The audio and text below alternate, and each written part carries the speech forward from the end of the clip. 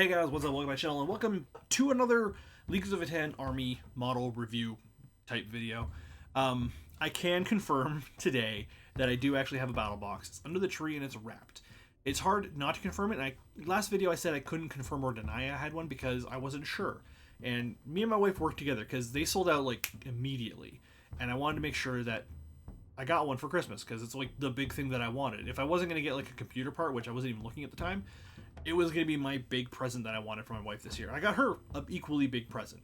So we both got each other big presents and a bunch of little ones. But this was like the big present I wanted. I want to make sure that we got it. I couldn't confirm it last time. I can confirm it now. I do have a battle box, which has the 4 missing models from the Leagues of Catan range that I don't have. Technically, I don't have 5, but I'm not really counting the call because the call is just Uther. Plus, I have Grendok. So, yeah, it's Grendok, yeah. Yacht Grendok. So, I want to review these models that I don't have in my army right now because I've never played with them. And I have tried to record this video 3 times with technical issues each time, so this is the third time. 2 times before, and I just want to get it done now because I've gone through the models enough times now that I kind of know exactly what I'm looking at and what I'm looking for. So let me pull up the page here again. So the very first model we're going to talk about is going to be the Grimnir because it's the HQ unit that I'm missing. I love a lot of things about the Grimnir. So I'll run through the stats just because this is what I do. So it has the Grimnir and the Corb. It's basically the Grimnir and 2 of these defense drones. 5 inch movement, 5 toughness each, 4 plus saving, 4 plus save from all 3 of them. The Grimnir has 4 wounds. The Corps have 1 each. They have 6 leadership each and 1 OC each, which is pretty dope. It's a pretty standard HQ unit. I like the fact that the Grimnir actually has 4 wounds versus like 3. I'd be more comfortable if it had 5, but it's a really nice unit in general. So to run down its weapons, the Corps have autoc pattern bolters. 24 inch range, 2 attacks, 4 plus to hit, 4 strength, 0 AP, and 1 damage. Bog standard bolters. I like it. They're good. The Grimnir has Wrath of the Ancients Witchfire and Focused Witchfire, which is hazardous. So basically it's like Smite. 24 inch range. This is a base Witchfire. It has 24 inch range, 3 attacks, 2 plus to hit, 6 strength, negative 2 AP, and D3 damage. The Ancestral Wrath Focused Witchfire, which has hazardous, 24 inch range again, 6 attacks, 2 plus to hit, 6 strength, negative 2 AP, and D3 damage. So basically, it's the difference between I need to kill like 3 models in that unit, or I need to kill that entire unit. I probably would just focus on using Witchfire, like normal Witchfire, unless I absolutely need to kill a unit. Like if I'm fighting the Necrons, which I fought the most Necrons. I fought Necrons the most. And basically, if you're fighting Necrons, you need to destroy the entire unit, or you risk reanimation protocols bringing all of them back. So I'd probably use Focus Witchfire against Necrons. Be like, I just need to kill as many of you as possible right now. Melee weapons. The Grimnir has the Ancestral Ward Save, which is a psychic weapon. Melee, 1 attack, 3 plus, 7 strength, negative 1 AP, and D3 damage. It's a really nice melee weapon. And then the Corps just have close combat. 1 attack, 4 plus to hit, 3 strength, 0 AP, 1 damage. Bog standard. The abilities are really nice, and I'll probably be giving the Grimnir to my split Hearthkin. When you get a Sagittary, you can split your Hearthkin into 2 squads of 5. I'll give each squad a Grimnir. 4, Fortify. Because Fortify gives while this model is leading a unit, improve the toughness characteristic of that model by 1. So, the Hearth can go from 4 to a 6, which can dramatically change the course of a battle because it takes them from usually a 3 plus hit to maybe even a 4. I think it's really nice. It's really cool. And they also have Grimnir's Regard, which is once per battle after the unit fails a battle shock test, this model can use this ability. If it does, that unit is no longer battle shocked. So you have your base stratagem, which allows you to auto pass a battle shock, but you have to choose it before you roll, and you can only use it once per battle. Or you can use the Grimnir's Regard, which allows you to once per battle just pass after you've attempted. That's why I want 2 Grimnirs with my 5-man Hearthkin squads, because I'd be like, oh, I'm just going to send them up the field, put them on OC points, control points, and you're just going to sit there and try not to die. And if you do start dying, you'll be fine. I will make sure you're fine. But effectively, that's their whole point. It also has a 4 plus invulnerable save, which is really nice. But yeah, the Grimnir is basically going to be leading my early game capture point teams. After the Grimnir comes the Hearthguard, which Hearthguard need to be attached to an E-champ. they need to be tested with Einherjar Champion because they don't work properly unless you tag them together, both of them. So let's go through the stats first. 5-inch movement, 6 toughness, 2+ save, 2 wounds, 7+ leadership, and 1 OC. Great little tanky unit. Range weapon wise, they have the Edekarn Plasma Gun and the Vulcanite Disintegrator, which are optional. The Exo Armor Grenade Launcher is on all of them. They all have a shoulder mounted grenade launcher, which has blast, by the way. So the Plasma Gun, I'm probably gonna give it to all my guys because I just don't like the Disintegrator. I talked about it last time. I don't like the way it's set up. It doesn't seem like it's a disintegrator. It doesn't do enough for me. But the Plasma Gun, 24-inch range, 1 attack, 3+ to hit, 8 strength, -3 AP, and 2 damage. I need that thing dead. That's what that gun does. I need you just dead. The Vulcanite Disintegrator is really nice because it does have 3 attacks, 3+ to hit, 5 strength, 0 AP, and 1 damage. So it does a good job against a lot of mundane units. So again, if you're fighting Necrons, it'd be great to have Vulcanite Disintegrators because it's like, oh, I get 3 attacks. I can take out 3 models if I hit with this 1 attack. With the Plasma Gun, it's more like I can hit that heavy unit. Like if I'm fighting other Terminators, other Hearthguard, other beefy units like it, that's a great gun for them. If I'm fighting mass amounts of units, I'm going to need a Vulcanite Disintegrator in the army. So what I might do, and I'll get to this, actually I'll get to this when I get to the melee weapons, because we'll talk about the melee weapons after we talk about the Exo Grenade Launcher, which is Blast. So here's the fun thing. It's 18-inch range, D6 attacks. So you're guaranteed 2 attacks minimum.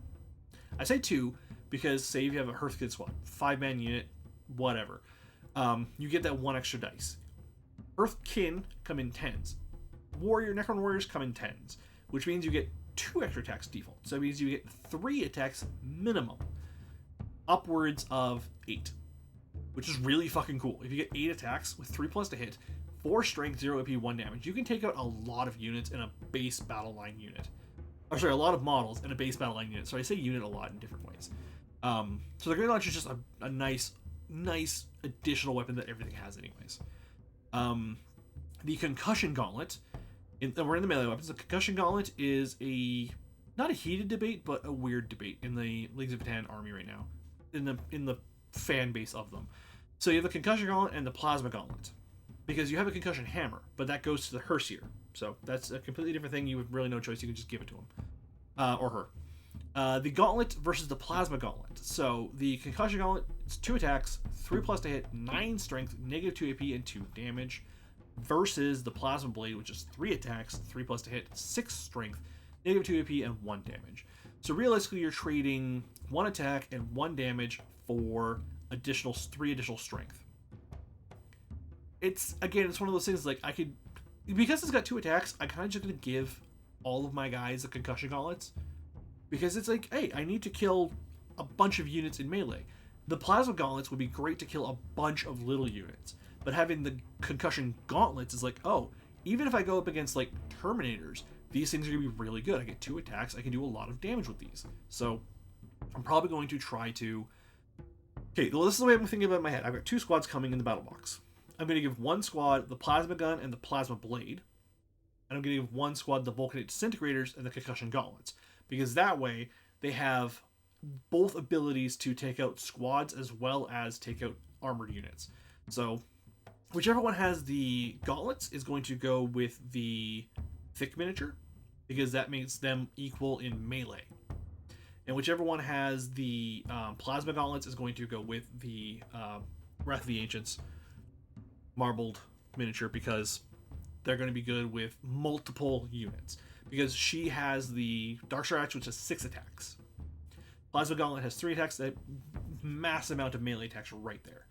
But the other units can be more like, hey, I need to destroy whatever you are right now. That's the whole point behind that squad versus the other squad. So I'm gonna split them up that way. Abilities, this is why you need the E-Champ for them. The Oathband Bodyguard. While a character is leading this unit, each time an attack targets this unit, if the strength characteristic of that attack is greater than this unit's toughness characteristic, subtract 1 from the wound roll. Basically, that means no matter what, they are not wounding you on anything less than they can only wound you on 3+, basically. Because I think it's toughness versus strength to hit. Saves. No. They roll to hit with the ballistic skill, then it's toughness versus strength to wound. So, here's the thing. My brain wasn't working for a second there. I've done this video like 3 times. Okay, so this one took a little bit extra math, and I got it completely incorrect while I was actually talking about it in the video, so I'm just going to do it now. I was changing the strength of the weapon rather than the actual roll. So, no matter what you roll on a wound, you would negative that roll by 1. So, if you have a strength of 6 and a toughness of 6, you're rolling to hit on 4s. If you actually roll a 4, that 4 becomes a 3 and you miss the wound. If you roll anything other than that, if you roll a 5, it becomes a 4. If you roll a 6, it becomes a 5. So no matter what you're doing, you're negativing 1 from the wound roll. So if you have a strength 12 weapon, and you manage to hit the 2, that 2 becomes a 1, which means you don't actually wound. That's how this ability works, and it's really nice and really cool, but it's very finite, I feel like. And if you attach them to each champ, the each champ then gets rerolling charges and the ability to put a teleportation crest on, which is awesome. So I give the E-Champ the teleportation crest or the wave field crest. So the weave field crest is a 4+ invulnerable save. And I can switch it to either being the E-Champ has it or the Hearthguard Hastier has either of these crests. So either the unit will have a leader with a 4+ invulnerable save, or the unit will have the teleportation ability. One of the two. I'm trying to figure out which one would be best still. Not sure yet. After that comes the Sagittaire, which is just, it's the best little vehicle I've ever seen. I love it. I understand why everyone's running like 6 of them, because they're just amazing. 12-inch movement, 10 strength, 3+ save, 9 wounds, 7+ leadership, and 3 OC. That's a pretty good little stat line. As for weapons, they have the high las beam cannon with sustained hits D3, 24-inch range, 2 attacks, 4+ to hit, 12 strength, -3 AP, and D6 damage. That's an amazing gun right there. I love the sound of it. It's just like, it's my bag. It's everything on the Sagittaire is my bag. And it can have, it has the high las beam cannon, the twin bolter, and the armored wheel. So it can either have the high las beam cannon, the L7 missile launcher, or the Mater autocannon. Those are the 3 choices. Or the Sagittaire missile launcher. So, okay, those are its 4 choices. So the high las beam cannon we went over. The L7 missile launcher has blast and focused. So the blast characteristics, 24 inches, D6 attacks, 4+ to hit, 4 strength, 0 AP, 1 damage, versus the focused, which is 24 inches, 1 attack, 4+ to hit, 9 strength, -2 AP, and D6 damage. Basically, it's the difference between I need to destroy a lot of units or I need to destroy that specific model right there. Like, I need to hit these guys or I need to destroy that thing, which is awesome. I kind of really like that little like switch of ability. I'm probably going to focus more on using those on future models. Then there's the Mater autocannon. 24-inch range, 6 attacks, 4+ hits, 7 strength, -1 AP, and 2 damage. That's a very good unit wiper. Basically, it's like, I need to destroy an entire unit of battle line, and I need to do it right now, which is great considering most battle lines are going to be your objective takers. So that's a good option too. Like, all of these are really, really good options. Then there's the Sagittaire missile launcher. 36 range, 2 attacks, 4+ to hit, 12 strength, -3 AP, and 3 damage. That's a really, really, really good ability to just take out something from a distance. The Sagittaire's never going to be at that much of a distance, I feel like. Like, the Sagittaire missile launcher is a really good idea, but you're never going to be that far from an enemy unit to use it. Like, turn 1, probably. That's a great ability to have turn 1.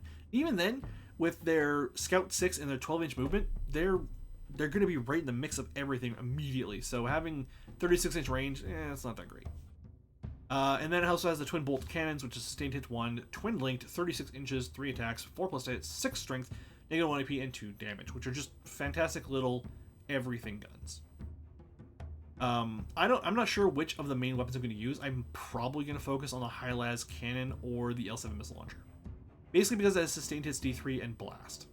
I like those little additional things on guns. The Mater autocannon is great for wiping out units, but also the L7 with blast is great because it's D6 plus a minimum of 1. So it's minimum 2 attacks, maximum 8. So I like to roll the dice on the randomness. The Mater autocannon I'd probably take against like a Necron army. Something that has a way to bring back units, I'd use the Mater autocannon. And I'm going to magnetize all the weapon options because I would want to. Going against Necrons, definitely take the Mater autocannon because it's 6 dedicated attacks versus a minimum of 2. It's like, I'm going to just destroy your unit right now. It also has armored wheels, which is 3 attacks, 4+ to hit, 6 strength, 0 AP, and 1 damage. Ability-wise, It has Deadly Demise, so if it dies and blows up, it does 1 mortal wound to everything within 6 inches. It has Scout 6, which allows it to move pre-battle 6 inches, which is fantastic. Blistering Advance. This is a really cool little ability, and I love it a lot. Units can disembark from this transport after it has advanced. Units that do so count as having made a normal move that phase and cannot declare a charge in the same turn, but can otherwise act normally in the remainder of the turn. So, this means you can move let's say a Berserk squad. I don't want to put Berserkers in it because you can't charge with them after you do this, but you put Berserks in your Sagittarius, you move that Sagittarius to an objective. That moves them 18 inches maximum towards an objective versus their 5. You drop the whole squad, and if you're taking an objective from an enemy, you drop the whole squad and you just wipe them in melee, because that's what they do. They have survived the trip to the objective, and they're going to annihilate everything on it. It's great for a turn 2 strategy. Turn 1, I'd probably take something more like the Split Hearthkin, that we can drop them in fire. As well, it has the Split Hearthkin ability, which basically means you can at the start of the declaration of battle phases, battle formations, you can split a Hearthkin squad in half. 5 go into the tank, and 5 go on foot or into another Sagittarius. Doing so allows you to just make 2 units out of 1, which is where the 2 Grimnirs come in play. You put a Grimnir in each one that brings those Hearthkin up to a 6 toughness. I think it's 6 toughness. Let me double check that. Yeah, to bring up to 6 toughness, and they have the ability to auto-pass battle shock tests once per battle. So that's where you can have 6 normal battle line units inside the Sagittarius. That's 5 Hearthkin and 1 leader. So each one of those would get a Grimnir to just buff them, to tank them a little bit more, to hold that objective longer. That's their entire point, and then it's sticky. So even if they get wiped off in shooting phase, it's still yours. After that is the final one, which is Hecaton Land Fortress, which I've had a lot of going back and forth on this one. I got really heated on a Reddit post a while back about this. I don't like the way the Hecaton looks with the default Thurian paint job, because it looks like a turtle. And I realized it's because of the paint job that it looks awful.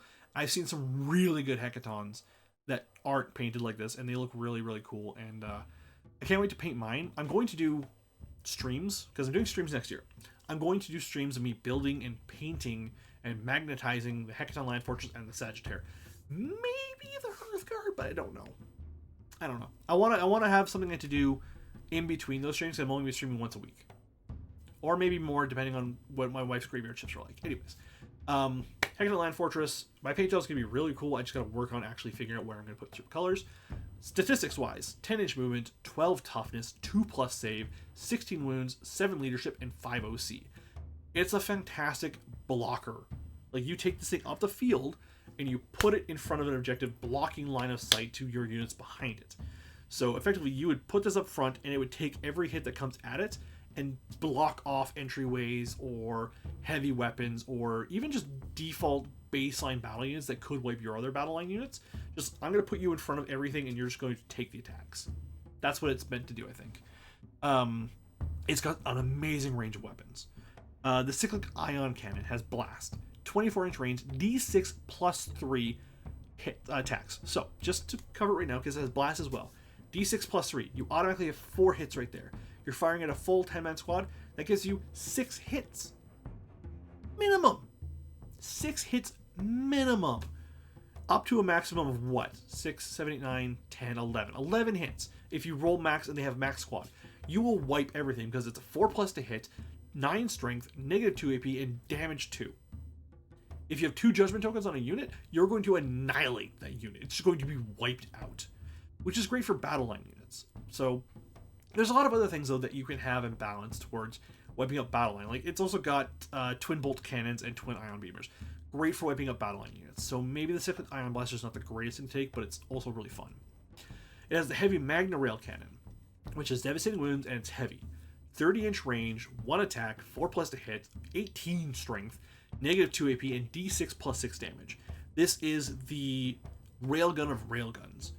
The problem is it only has 1 attack, so you're going to spend a CP on rerolls. Guaranteed you're going to reroll that one if you have it. But if it hits, it's going to take out whatever it hits. This is your anti-tank, anti-demon, anti-battle suit. Like, this is If something is coming at you and it's big and mean, this is the gun used to kill that thing. There's the Hecaton Warhead. It is blast, indirect fire, and one shot. So this thing, I've gone over its abilities 3 times now. This weapon is meant to save other units that you can't see. So, if you're blocking the central objective, and you know your 2 No Man's Land objectives, or one of them's being harassed, you then just fire this over and take out whatever unit, or part of whatever unit's attacking your unit there. So, it is a 36-inch range, D6 plus 3 attacks, 4 plus to hit, 7 strength, negative 2 AP, and 2 damage. It's one shot though. Basically, it's meant to go and blow up whatever's attacking you. Like if you see a battle line unit coming in, or if they've got reserves or pink horrors turning into blue horrors, you fire this thing off and wipe that thing out. That's just another unit off the board. It saves you pain and headaches later on. It can be used. It's 7 strength, so it can also be used against tougher units like Terminators and stuff. But this thing will wipe out battle line units in one shot. There's the Matter autocannon, 24-inch range, 6 attacks, 4 plus to hit, 7 strength, negative 1 AP, and 2 damage. Again, like the Sagittaire, it's your default unit wiping, battle line unit wiping gun. You use this, it kills everything in that unit, you're safe. The SB Heavy Conversion Beamer. Now, I love the conversion beamers on Thunderkin because of the conversion, and it's sustained to hits D3. So conversion, again, if you're attacking a model that's within 12 inches, you're critting on 4s, which means mortal wounds on 4 or more. That's awesome. It is a 2 attack, but it also sustained hits. So 2 attacks, 4 plus hit, 10 strength, negative 2 AP, and 4 damage. This is your killing Terminator gun. It can also be used against bigger units. It's not going to be as great, but it's basically meant to destroy everything from like Terminators down to like your lowest like Imperial Guard level guys or Grots or whatever. It'll kill everything within that range easily, and then everything above that will be a little bit hard because it's got the 10 strength. But if you have judgment tokens up to max and a bunch of other bonuses, you're going to just wipe out pretty much everything with it. And this is me being cocky because I haven't used it yet. Once I've actually used the Hecaton in battle, my tone will change. But right now I'm looking at all these guns, I'm like, this does this does this does this, and this thing is just meant to kill battle lines. Okay, so like I said, it's the twin bolt cannons and the twin ion beamers. So twin bolt cannons, the way the Hecaton works, is the only unit I've seen that can work like this in 10th. I used to play in 3rd, which meant that I could have any assortment of weapons within my army. So if I had a tactical squad, it could have bolters and plasma guns, willy-nilly. Because they cost points to be like, okay, I want to have plasma gun inside this army, that's an additional 3 points or whatever. Sorry, this unit, that's an additional 3 points, or scanners, that's an additional 2 points, that kind of stuff. Nowadays, war gear is free and guns are set. You have to have this unit has bolters, this unit has plasma guns. The Hecaton can switch 1 twin bolt cannon for 1 twin ion beamer, or 2 twin bolt cannons for 2 twin ion beamers. The way I'm going to run the Hecaton line fortress is 1 of each, because you can switch 1 bolt cannon for 1 ion beamer. The reason I'm doing this is because the bolt cannon is sustained 1, twin linked, 36-inch range, 3 attacks, 4 plus to hit, 6 strength, negative 1 AP, and 2 damage. It's great at attacking things at a distance and wiping them out before they get too close to you, or at least doing a bit of damage before they get too close to you. The Ion Beamer, sustained hits D3, twin linked, 18-inch range, so half the range, 3 attacks, 4 plus to hit, 7 strength, so you have an additional 1 strength, negative 2 AP, an additional negative 1 AP, and 1 damage. It's basically meant to destroy things once they're inside your attack range. Once they begin to actually threaten you, that's when the beamers come in hand. So the bolt cannon will weaken them before they get to you, and then the beamer will annihilate them once they're within range. That's how that works. Again, it has armored wheels. My Hecaton, I'm going to take the wheels off because I really don't like the way they look. And I'm going to 3D print, with my printer over here, some treads for it, because I really like the idea of the Hecaton with treads. I think most 40k vehicles, if they're Imperial or Imperial adjacent, should have treads. I don't like the hover tanks. I really don't. The hover bikes, I don't mind. Little vehicles hovering, like land speeders, awesome. Tanks should be treaded, though. I like treads on tanks. Armored wheels, so 6 attacks, 4 plus to hit, 8 strength, 0 AP, and 1 damage. I think that's the base standard melee wheel weapon. Let me check the Sagittaire again. More attacks, but... Sorry, less attacks on Sagittaire. So the Hecaton has 6 attacks. Sagittaire only has 3. I guess that's just because you have 6 wheels versus 3 wheels. No? The Sagittaire has 6 wheels. I don't know. Whatever. That's its weapon range. its abilities, it has deadly demise d6, so it does d6 damage when it explodes. It'll do d6 damage to every unit within 6 inches of it. Fire support. In your shooting phase, after this model has shot, select one enemy unit. It scored one or more hits against this phase until the end of the phase. Each time a friendly model that disembarked from this transport this turn makes an attack that targets that enemy unit, you can reroll wound rolls. So, if you take your Hecaton up front, you drop off some Thunderkin, the Hecaton shoots first. Shoot the Hecaton first. Because no matter what you hit, if you hit a big vehicle, your Thunderkin then get to reroll all wounds. Not just ones, all wounds against that vehicle. That's awesome. That's the greatest way that could work, and I think it's really cool. Again, the problem with the Hecaton is that you can't take Thunderkin and an Iron Master because of those stupid ECOGs. If you got rid of the ECOGs, it'd be fantastic. But you have ECOGs, and you can't put those in your fucking tank. Anyways, war gear wise, it has Pan-Spectral Scanner, which ignores cover. That's really cool. It's the only model in the unit so far, or sorry, the only model in the army so far with bracketing. So if you have 1 to 5 wounds remaining, you're -1 to hit. Which even judgment tokens, it negates that -1 anyways. Like, and if you have I guess you can't have it, but actually, can you? Hold on, let me look this up real quick. Okay, it's only if it's leading a unit. Never mind, because the Iron Master can give a +1 to hit if it's leading a unit. You can't lead a tank. That's fair.